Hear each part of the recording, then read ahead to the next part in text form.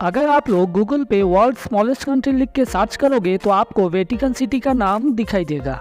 लेकिन वहाँ पे सीलैंड के सरकार का ऐसा दावा है कि उनका ये देश पूरी दुनिया में बसा बिना लैंड के सबसे छोटा देश है।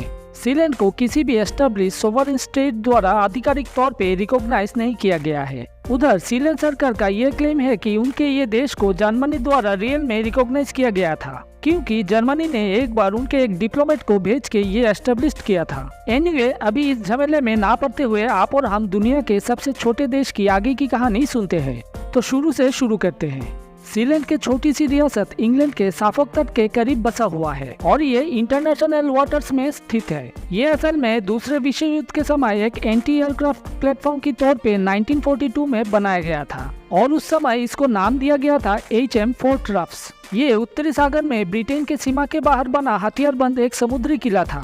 वर्ल्ड वॉर 2 के टाइम उस किले में रॉयल नेवी के लगभग 300 जवान को भी तैनात किया गया था। साल 1956 में वहाँ से सभी जवान को पूरी तरह से हटा दिया गया था और उस किले को एक मानवहीन खंडर बनने के लिए छोड़ दिया गया था। तब से लेकर पूरे 10 साल तक ये किला बंद रहा। उसके बाद साल 1966 में ब्रिटिश आर्मी के एक एक्स मेजर जिनका नाम था पेडी रॉय बेट्स, वो वहाँ पे आए और उस 250 मीटर के किले को एक देश बना डाला। लेकिन इसके पीछे एक्चुअल में क्या कारण था, चलिए ये जानते हैं। एक्चुअल में उस टाइम पे रॉय बेट्स अपना एक रेडियो स्टेशन खोलना चाहते थे, लेकिन उस टाइम पे यूनाइटेड किंगडम में सिर्फ एक ही रेडियो स्टेशन था और उसका नाम था BBC, और उसका रहते दूसरा रेडियो स्टेशन का बनाना इलीगल था। तब उनका दिमाग पे एक आइडिया आया। वो तब इस एबंडेंट किले पे आ गए, जो कि टेक्निकली यूके के बॉर्डर से बाहर स्थित था। वहाँ पे तो वो आए थे एक रेडियो स्टेशन को खोलने के लिए, लेकिन बाद में उनके दिमाग पे एक आइडिया आया कि क्यों ना इसको पूरा एक देश ही बना दिया जाए। इस देश का स्थापना 1967 के 2 दिसंबर को हुआ था और उस दिन उनका पत्नी जॉन की भी जन्मदिन था। उसके कुछ ही दिन बाद उनका पूरा परिवार सीलैंड पे रहने के लिए आ गया था और तब से लेकर आज तक उनका जनरेशन भी यहीं पे रहते हैं और देश का शासनभार को संभालते हैं।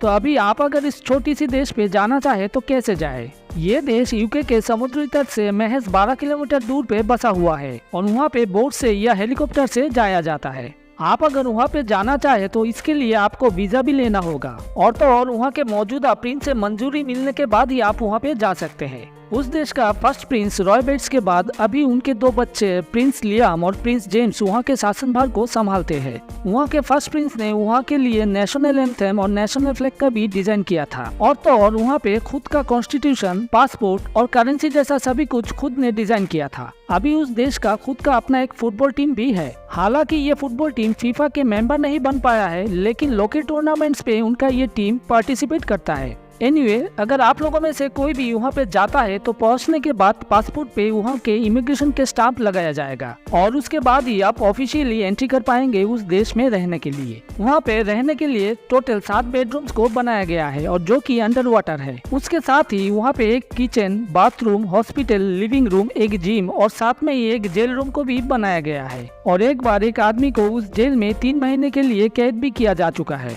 इसको बताने का पीछे का कारण ये है कि आप बिल्कुल इसे एक मजाक मत समझिएगा। वहाँ पे सभी काम के लिए इलेक्ट्रिसिटी वहाँ पे मौजूद विंड एनर्जी और सोलर एनर्जी से मिल जाता है और पीने के पानी के लिए वो रेन वाटर को जमा कर लेते हैं और बाद में फिल्टर करके पीते हैं। वहाँ पे एक सिक्योरिटी गार्ड है जो कि 24/7 वहाँ पे रहता है और सिक्योरिटी के अलावा भी बाकी कामों में हेल्प करता है। उस देश का टोटल 300 से भी ऊपर ग्लोबल सिटीजन्स है। अगर आप उस देश का सिटीजनशिप के लिए अप्लाई करना चाहते हैं तो उसका प्रोसेस फॉलो कीजिए, शायद आपको भी एक दिन वहाँ के सिटीजनशिप मिल जाए। अभी उस देश में टोटल 27 लोग ही रहते हैं। इस छोटी सी देश के मेंटेनेंस के लिए बहुत ही पैसा खर्च होता है। नमकीन पानी के ऊपर बसने के कारण उस स्ट्रक्चर को रस्टिंग से बचाने के लिए एक्स्ट्रा खर्च हर साल करना पड़ता है। ये सब काम में खर्च होने वाला पैसा प्रिंस अपने दूसरे बिजनेस से मैनेज करते हैं। ये देश साइज से छोटा और कम आदमी के लिए कई बार कब्जा करने के मंशा से हमला झेल चुका है। उनमें से सबसे बड़ा इंसिडेंट 1978 में हुआ था। उस समय कब्जा करने के लिए जर्मनी और हॉलैंड के कुछ भाड़े किए गए आदमियों ने सीलैंड में धावा बोल दिया था, लेकिन बेट्स परिवार ने डट के उस मोमेंट का सामना किया था और बाद में उन सभी हमला करने वालों को बंधक भी बना लिया था।